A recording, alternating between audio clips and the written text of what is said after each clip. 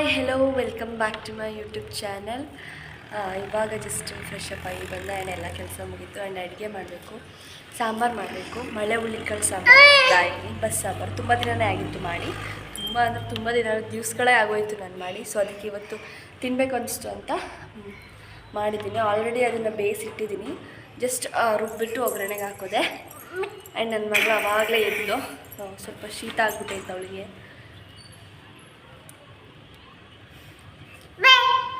ಸ್ವಲ್ಪ ಶೀತ ಆಗ್ಬಿಟ್ಟೈತೆ ಅವಳಿಗೆ.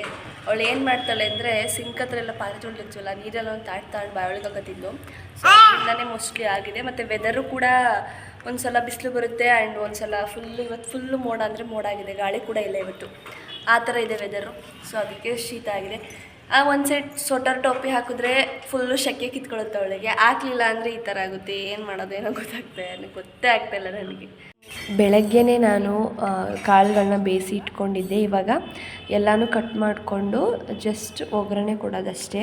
ಇಲ್ಲಿ ನಾನು ರುಬ್ಬೋದಕ್ಕೆ ಬೆಳ್ಳುಳ್ಳಿ, ಕಾಯಿ ಅವೆಲ್ಲನೂ ಕಟ್ ಮಾಡಿಕೊಂಡು ರುಬ್ಬೋದಕ್ಕೆ ಅಂತ ರೆಡಿ ಮಾಡ್ಕೊತಾ ಇದ್ದೆ. ರುಬ್ಕೊಂಡು ಒಗ್ಗರಣೆ ಎಲ್ಲನೂ ಹಾಕಿ ಲಾಸ್ಟಿಗೆ ಎಲ್ಲನೂ ಹಾಕ್ಬಿಟ್ಟು ಸಾಂಬಾರನ್ನ ಕುದಿಯೋಕ್ಕಿಟ್ಟೆ. ಇನ್ನು ಮಿಕ್ಕಿದ ಕಾಳನ್ನ ಒಗ್ಗರಣೆ ಹಾಕಬೇಕಲ್ವ, ಸೊ ಅದಕ್ಕೆ ಒಗ್ಗರಣೆ ಹಾಕ್ಕೊಳ್ಳೋದಕ್ಕೆ ಅಂತ ಎಲ್ಲನೂ ರೆಡಿ ಮಾಡಿಕೊಂಡು ಇವಾಗ ಒಗ್ಗರಣೆ ಹಾಕ್ತಾಯಿದ್ದೀನಿ. ಮಳೆ ಹುಳ್ಳಿಕಾಳು ಸಾಂಬಾರು ಅಂತ ಕೇಳಬೇಕಾ, ತುಂಬಾ ಚೆನ್ನಾಗಿ ಬಂದಿತ್ತು ಸಾಂಬಾರು. ಆ್ಯಂಡ್ ನನ್ನ ಮಗಳು ಇವತ್ತೆಲ್ಲ ದೇವ್ರ ಥರ ಕೂತಿದ್ದಾಳೆ, ಅದಕ್ಕೆ ದಬಾಯಿದ್ದೀನಿ. ಇದು ಮಧ್ಯಾಹ್ನ ಊಟ ಎಲ್ಲ ಮುಗಿಸ್ಕೊಂಡು ನನ್ನ ಮಗಳನ್ನ ಮಲಗಿಸಿದ್ದೆ. ಅದಕ್ಕೆ ಅವಳು ಮಲಗಿದ್ದಾಗೆ ನಾನು ಈ ಥರ ಅಕ್ಕಿ ಎಲ್ಲ ಹಾಯ್ಕೋಬೇಕಲ್ವ. ಸೊ ಅಕ್ಕಿ ಹಸಿಟ್ಟು ಖಾಲಿ ಆಗಿಬಿಟ್ಟಿತ್ತು, ಊರಿಂದ ತಂದಿದ್ದು. ಸೊ ಇಲ್ಲಿ ಯಾರು ಬಿಟ್ಕೊಡ್ತಾರೆ ಅಂತ ಹೇಳಿದರು. ಅದಕ್ಕೋಸ್ಕರ ಒಂದು 10 kg ನಮ್ಮ ಓನರ್ ಹತ್ರ ಅಕ್ಕಿ ತೊಗೊಂಡಿದ್ದೆ. ಅವ್ರಿಗೆ ಕೊಡ್ತಾರಲ್ಲ ಸೊಸೈಟಿ ಅಕ್ಕಿ. ನಮ್ಮದು ಹಣೆ ಬರ ನೋಡಿ, ಊರಲ್ಲಿ ಫ್ರೀಯಾಗಿ ಕೊಡ್ತಾರೆ ನಮಗೆ, ನಾವಿಲ್ಲಿ ಕೊಂಡ್ಕೊಂಡು ತಿನ್ನಬೇಕು. ಇಟ್ಸ್ ಓಕೆ, ಪರವಾಗಿಲ್ಲ. ಅಕ್ಕಿನೆಲ್ಲ ನೀಟಾಗಿ ಹಾಯ್ಕೊಂಡಿದ್ದೆ. ತುಂಬ ಚೆನ್ನಾಗಿತ್ತು ಅಕ್ಕಿ, ತುಂಬಾ ಗಲೀಜೇನು ಜಾಸ್ತಿ ಇರಲಿಲ್ಲ ಅಕ್ಕಿ. ಅದಾದಮೇಲೆ ಸಂಜೆ ಸ್ವಲ್ಪ ಹೊತ್ತು ಆಚೆ ಕಡೆ ಹೋಗಿ ಟೈಮ್ ಸ್ಪೆಂಡ್ ಮಾಡಿಕೊಂಡು ವಿಡಿಯೋ ಅಪ್ಲೋಡ್ಗೆ ಹಾಕ್ಕೊಂಡು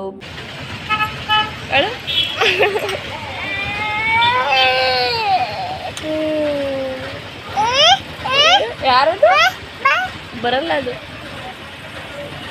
ಬರಲ್ಲ ಚಿನ್ನಿ, ನಾವೇ ಹೋಗ್ಬೇಕದು ಹತ್ರಕ್ಕೆ.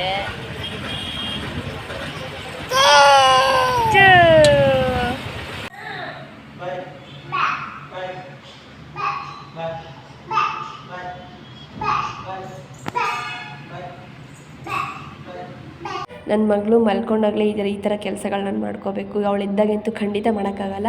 ಅವಳನ್ನ ಬಂದುಬಿಟ್ಟು ನಾನು ಖಾರದ ಪುಡಿ ಎಲ್ಲ ಬಾಕ್ಸಲ್ಲಿ ಖಾಲಿಯಾಗಿತ್ತು. ಸೊ ಅದನ್ನೆಲ್ಲ ಸ್ಟೋರ್ ಮಾಡಿಕೊಂಡು, ಹಾಗೆ ರಾಗಿ ಹಿಟ್ಟು ಕೂಡ ಖಾಲಿಯಾಗಿತ್ತು, ಅದನ್ನೆಲ್ಲ ಜಾಲರಿ ಮಾಡಿಕೊಂಡು ನೀಟಾಗಿ ಬಾಕ್ಸಿಗೆ ಸ್ಟೋರ್ ಮಾಡಿಕೊಂಡು ಒಂದು ಸ್ವಲ್ಪ ಸ್ಮೆಲ್ ಬಂದಂಗೆ ಆಗಿತ್ತು, ಅದಕ್ಕೆ ಸ್ವಲ್ಪ ಹಾರಾಕಿದ್ದೆ. ಎಸ್ ಗೈಸ್, ನಾನು ಈ ವಿಡಿಯೋನ ಇಲ್ಲಿಗೆ ಎಂಡ್ ಮಾಡ್ತಾಯಿದ್ದೀನಿ. ಇಷ್ಟ ಆದರೆ ಲೈಕ್, ಶೇರ್, ಕಮೆಂಟ್ ಮಾಡಿ, ಹಾಗೆ ಸಬ್ಸ್ಕ್ರೈಬ್ ಮಾಡಿ.